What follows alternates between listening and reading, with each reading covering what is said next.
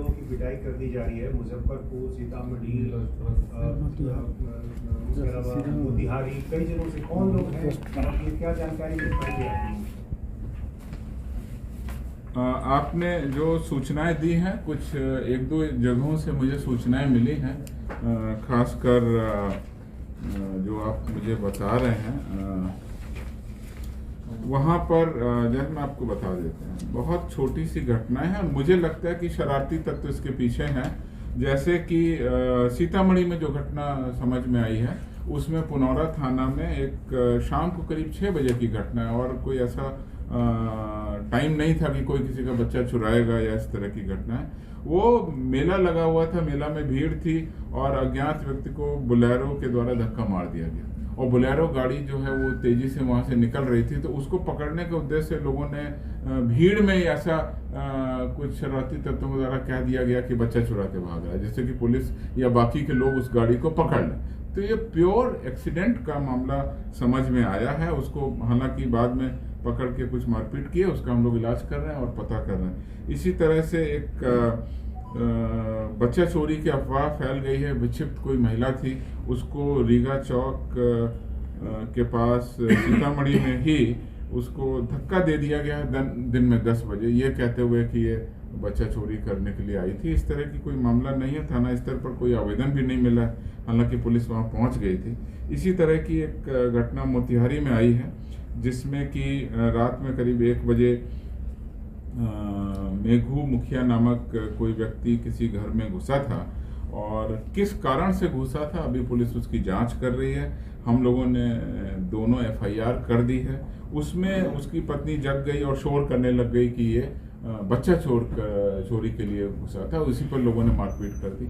वास्तव में क्या उद्देश्य था, वो उसकी क्या आपराधिक इतिहास था, उसकी चोरी की नीयत थी तो पहले किस तरह के घटनाओं में था या नहीं भी था, कोई और मकसद से वो घर में घुसा था, तो वो हम लोग अभी जांच करवा रहे हैं। इसमें 2 कांड 199-22 और 198-22 दोनों तरफ दर्ज कर दिए गए। शव का अंत परीक्षण करा दिया गया है और उसके बाद रिपोर्ट आएगी, परिजनों को सौंप दिया गया है। जो अभी दोनों तरफ से चूंकि केस हो गया है, मुझे लगता है कि वो उसी गांव का था। कई जो वीडियो सर, एक और मेदू मुखिया ऐसा पता चल रहा है कि उसी गांव का था और कहीं से कोई सूचना नहीं है। आपके माध्यम से मैं ये सामने बात रखना चाहता हूं कि कई बार अनजाने में, कई बार जानकारी के अभाव में लोग गलत सूचनाओं को कहने लगते हैं और दूसरा आदमी भी उसको प्रोपगेट कर देता है। तो एक की बात दूसरे की बात सुन करके अनावश्यक रूप से किसी भी अफवाह को फैलाने की कार्रवाई न की जाए। आप सभी माननीय मीडिया के जो सदस्यगण हैं, उनसे भी अनुरोध है कि कोई भी इस तरह की सूचना मिलती है और पब्लिक से भी रिक्वेस्ट है, डायल 112 पे तुरंत पुलिस को कॉल करें। पुलिस वहां पहुंच जाएगी और मामले की तुरंत तहकीकात हो जाएगी। जो भी मामला है सामने हो जाएगा। मीडिया में चलाने के पहले मेरा रिक्वेस्ट होगा कि एक बार संबंधित थाना या कम से कम SP साहब से पूछ लें। हो सकता है उसमें 10-15 मिनट वेरिफिकेशन में समय लग सकता है, लेकिन वो सही सूचना आपको मिल जाएगी तो मामले का वहीं पर पटाक्षेप हो जाएगा।